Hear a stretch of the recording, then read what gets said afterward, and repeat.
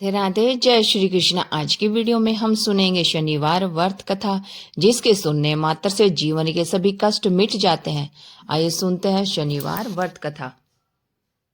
एक समय स्वर्गलोक में सबसे बड़ा कौन है प्रश्न पर 9 ग्रहों में वाद विवाद हो गया। विवाद इतना बढ़ गया कि परस्पर भयंकर युद्ध की स्थिति बन गई।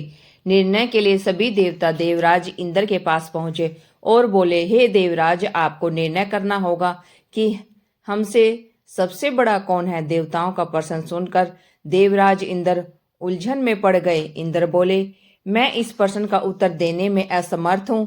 हम सभी पृथ्वी लोक में उज्जैनी नगरी में राजा विक्रमादित्य के पास चलते हैं।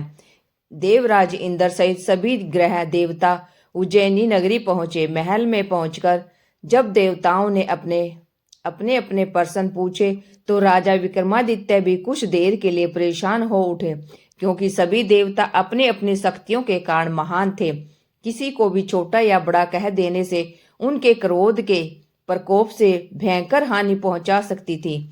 अचानक राजा विक्रमादित्य को एक उपाय सूझा और उन्होंने विभिन्न धातुओं स्वर्ण, रजत, चांदी, कांसा, ताम्र, तांबा, शीशा, रांगा, जस्ता, अभ्रक व लोहे के 9 आसन बनाए।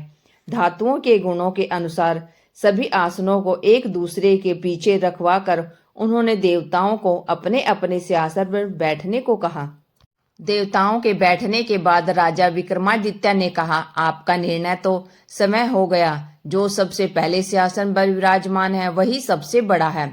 राजा विक्रमादित्य के निर्णय को सुनकर शनि देवता ने सबसे पीछे आसन पर बैठने के कारण अपने को छोटा जानकर क्रोधित हो कहा, राजा विक्रमादित्य, तुमने मुझे सबसे पीछे बैठाकर मेरा अपमान किया है। तुम मेरी शक्तियों से परिचित नहीं हो। मैं तुम्हारा सर्वनाश कर दूंगा। शनि ने कहा, सूर्य एक राशि पर 1 महीने, चंद्रमा 2.25 दिन, मंगल 1.5 महीने, बुध और शुक्र 1 महीने, बृहस्पति 13 महीने रहते हैं। लेकिन मैं किसी राशि पर 7.5 वर्ष 7.5 तक रहता हूँ।